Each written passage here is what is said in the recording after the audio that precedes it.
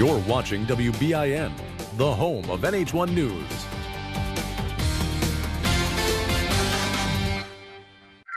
Think it's old-fashioned to buy your books in a bookstore?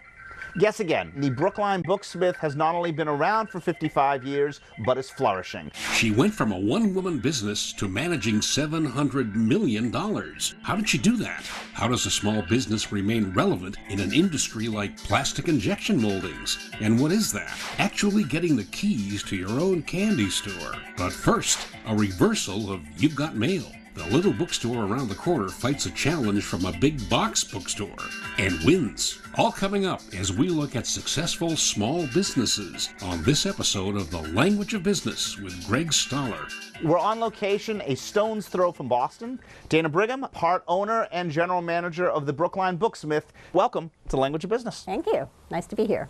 So what do you think about the online book craze? Well, I think that it had its sort of flash in the pan, and it is still there, but really solid independents like this store have risen above the sort of thrill of online and ebooks to remind people that we're real people in a real place, which I think is really important nowadays. The more people are on the screens, the more they really crave real people in real places. So that's worked super well for us. But your pricing can't be as good as it is online. No, and we don't even go there. You know, we have rent and utilities to pay, and so we do the best we can on pricing, and we really count on having excellent service, selection, style, every customer having a better than expected experience, and that has seen us along. Businesses, industries change in 5 years, let alone 55. Why the Booksmith, and why is it doing so well?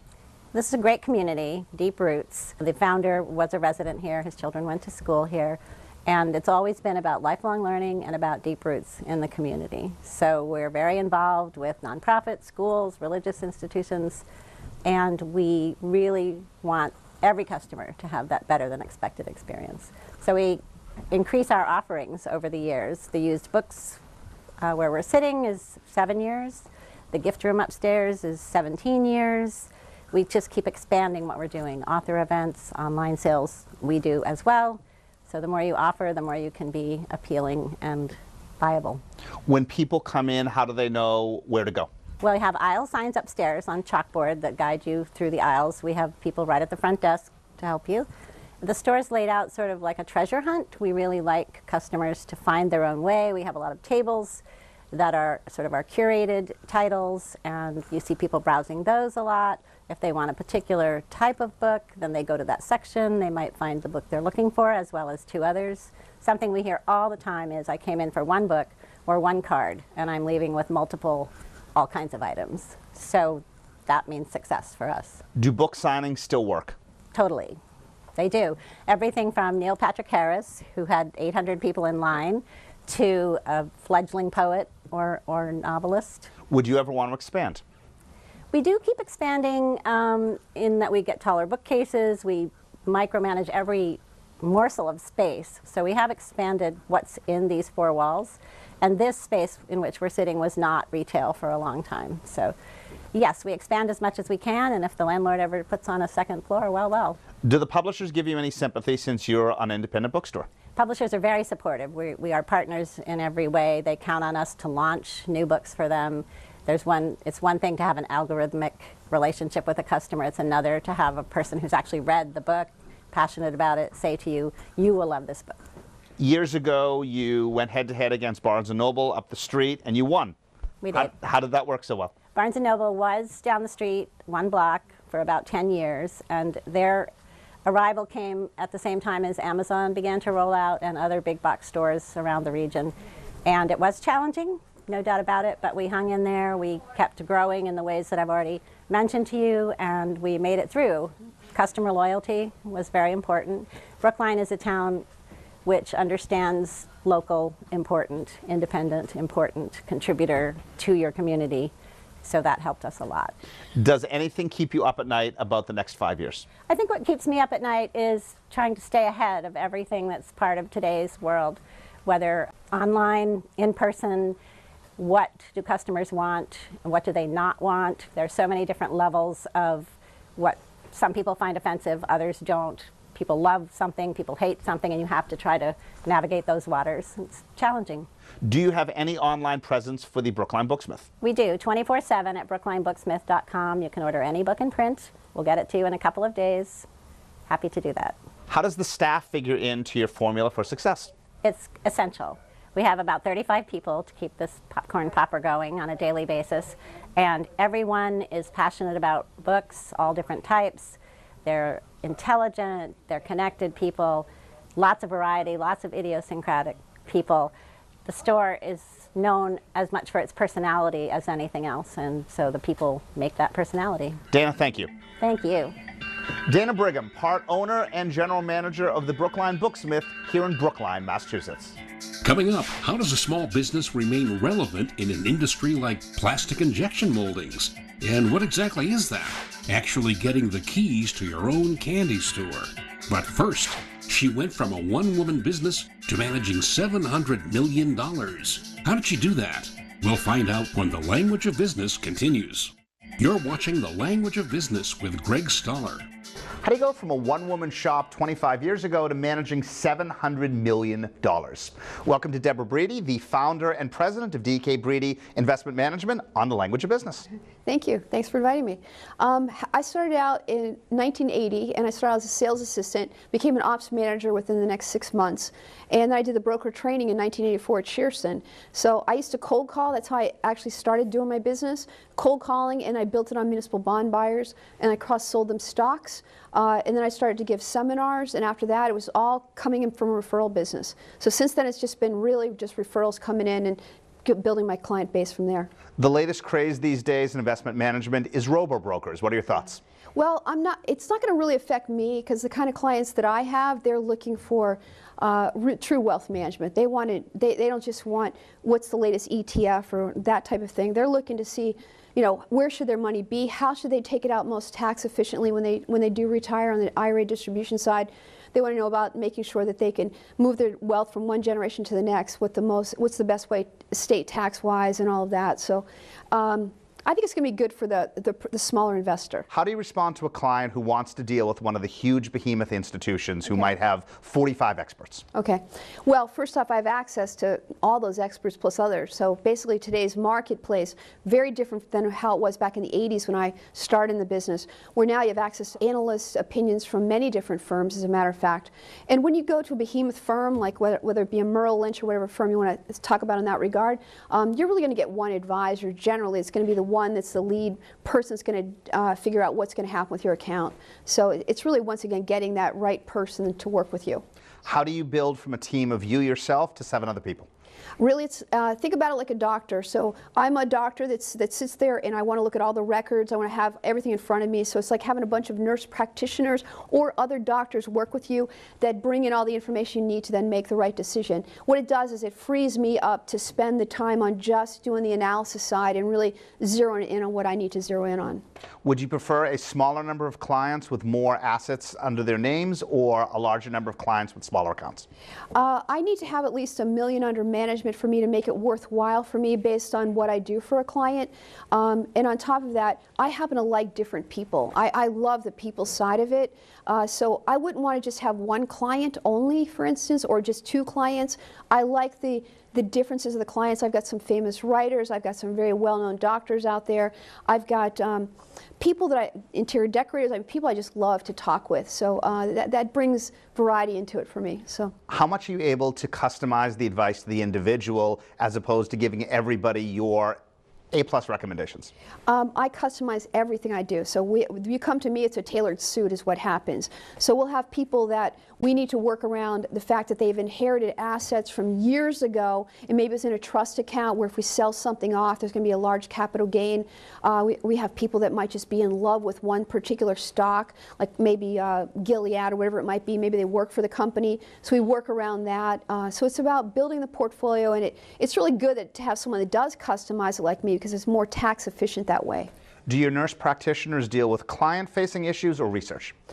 Both. They both. We have it on all different sides. So my staff they do many different jobs, but some are just service related, where they're just taking care of the client need, where it might be transferring money. Maybe they're making a charitable gift or doing something like that, or paying the 529 bill, the college bill, or something like that. But I have staff members that pull research together for me, or get research on companies for me. So in the next 5 years, are you looking to double to 1.4 billion under management? Well, I'm very careful at who I take on and how much assets I have under management, because I want to make sure I have time for all the clients that I have. So kind of like a doctor, where they can do a certain panel number of patients and know they could still take care of those patients. I want to make sure I could take care of all my clients that come to me. So just like the clients interviewing me, I'm also interviewing them, because I want to make sure I take on somebody that I can really help and make a difference for in their life. You're number one with Commonwealth Financial Services. What do you get most from that relationship? I just love Commonwealth. I have to say, I am so glad I went independent with them years ago. They're one of the top out there. They win the awards, and they win many awards. And they've always been there as a backup. Anything I need, whether I need even something where it's some odd duck trust that I'm reading, like what is this about, they'll have attorneys that they can direct me to. I've got clients that are international clients that we need people at specific tax questions on that they've got resources to take me to. So they've been everything I've ever needed. Deborah, thank you. Oh, you're welcome. Deborah Breedy, the founder and CEO of DK Breedy Investment Management Company. On this episode of The Language of Business, we're looking at successful small businesses. We've seen a local bookstore and a small investment company that now manages $700 million.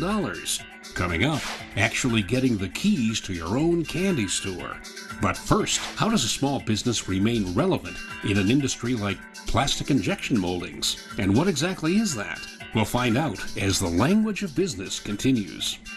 How does a small business remain relevant in a niche industry such as injection moldings? Stephen Lunder will know. He is the president of Granite State Plastics. And Stephen, welcome to The Language of Business. Thank you very much. So for the benefit of our viewers, what is an injection molding? An injection molding is a component that's used in any number of devices, from cars to firearms to footwear to any other thing, household device you may have, an appliance as an example. What does Granite State do that's different than your competition? We focus on short runs and fast turnaround for our customers, and we also focus on tight tolerance components, stuff that is not a commodity-based product. And when you say a short run, how big is a short run? For this industry, it's as low as 500 units per customer's order. It could be up to 10,000 pieces as well. And do you build for a certain customer, or do you build for inventory trying to sell it? We build a custom product for each and every customer that we have. You've owned the business for 13 years. How have things changed for you over that time period? Pretty dramatically, actually. When we first got into the business, there was a large movement away from U.S. manufacturing, and now it's coming back to the U.S. And buyers have a different set of criteria that they're looking for to accomplish not just price, but also speed and quality. So are you competing on price, customer relationship, quality, some other metric? All of the above. When I look at the value equation for customers, we look at quality, we look at service, and then we look at price. If a customer is looking for price first, they're probably not the right customer for us.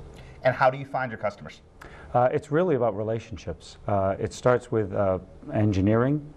When an engineer has a success with a particular engineer at our company, they're going to come back to that engineer. Similarly, we also have salespeople that are out as well that have a certain technical expertise, and those folks have relationships as well. Is this in New Hampshire or in the adjoining states as well? We actually sell half of the product outside of the state of New Hampshire, and some of it actually goes all the way to China. Why did you choose to initially locate in New Hampshire? The business was actually in New Hampshire originally, and we felt it was best to retain the right people in the organization, but also the customers to stay in New Hampshire. Do you think the labor rates would differ dramatically if you were in Massachusetts or in Maine or other locations in New England? Definitely. New Hampshire is actually one of the most competitive states in New England and actually in the country. Labor is more cost effective, but also energy can be more efficient than it is in Massachusetts, which is a big issue for our business. And healthcare is also relatively inexpensive. What do you see over the next 13 years? It's tough to say, but I think that the prevalence of 3D printing will have an impact as resins can do more of what the injection molding resins can do, but that's still a long ways away at this point. That may be by year 13. Are you getting more competition from the United States or from China at this point? It's mostly within our trading area of maybe 200 miles. And of those 200 miles, is there one big competitor or a bunch of smaller ones? There's a whole bunch of them. This industry was started with people that started in their garage with a single machine and grew from there. How does your turnaround time differ from that of the competition? So 6 years ago, we actually changed the business model for Granite State Plastics, and rather than be like China, where it may take up to 6 months to get product, and even in the United States with our competitors in Massachusetts and Connecticut that may offer 4 to 6 weeks, we actually offer 1 to 3 week turnaround time. What about the quality of your workforce in New Hampshire? So the New Hampshire workforce is great. The people of New Hampshire are fantastic. They have a terrific work ethic, and they really make it much easier for our customers to be able to get quality product on a timely basis. What types of engineers do you have on your team? We have actually several different types of engineers. All of them are focused on injection molding and have a background in injection molding, but they could be doing anything from trying to figure out a process of a product, but also dealing with mechanical issues as well. Stephen, thank you. Thank you very much. Stephen Lunder, the president of Granite State Plastics in Londonderry, New Hampshire. Coming up, a dream come true. Actually getting the keys to your own candy store when the Language of Business continues. You're watching The Language of Business with Greg Stoller. The sweet taste of success, 25 years and counting. We're on location here in Newton Highlands, Massachusetts at Indulge Candies with Linda Goldman, owner. Welcome to The Language of Business. How does somebody get into the candy business? Well, growing up, I always worked retail, which I loved. I loved interacting with people. I was an art major in college, so I did a bunch of different things before that, like jewelry, and I always worked retail. But I wanted to do something creative, and this is definitely creative. Biggest lesson after 25 years? That I'm always learning. I make mistakes all the time. Sometimes I buy things and I think they're going to be a hit and they're a miss. And sometimes I buy things that I don't think will work and they're great. So I'm just always learning from myself. How has your MBA degree helped you run a business? I do not have an MBA degree. I was an art major in college, and I think being in business is my best business experience. Like I said, I'm always learning from myself. Why come to a comparatively small store in Newton Highlands as opposed to buying everything online? You're going to get the personalized service here. Everyone, me and everybody that works for me, we give you the fullest extent of service here. We make everything look beautiful. People don't mind waiting for us to beautifully bow their gift because they know the presentation is everything. It has to taste good, but it also has to look good. Is it just candies, or do you make packages? We make a lot of gift packages. We have fine chocolate. We have a whole big wall of candy bins. We have a lot of people come in for hostess gifts all the time. So we have beautiful gift baskets with candy and nuts and gourmet food. And we make all our bows by hand, so everything is custom made. And people will come in for a little dish with candy and bring it for a hostess gift. How do you innovate after 25 years?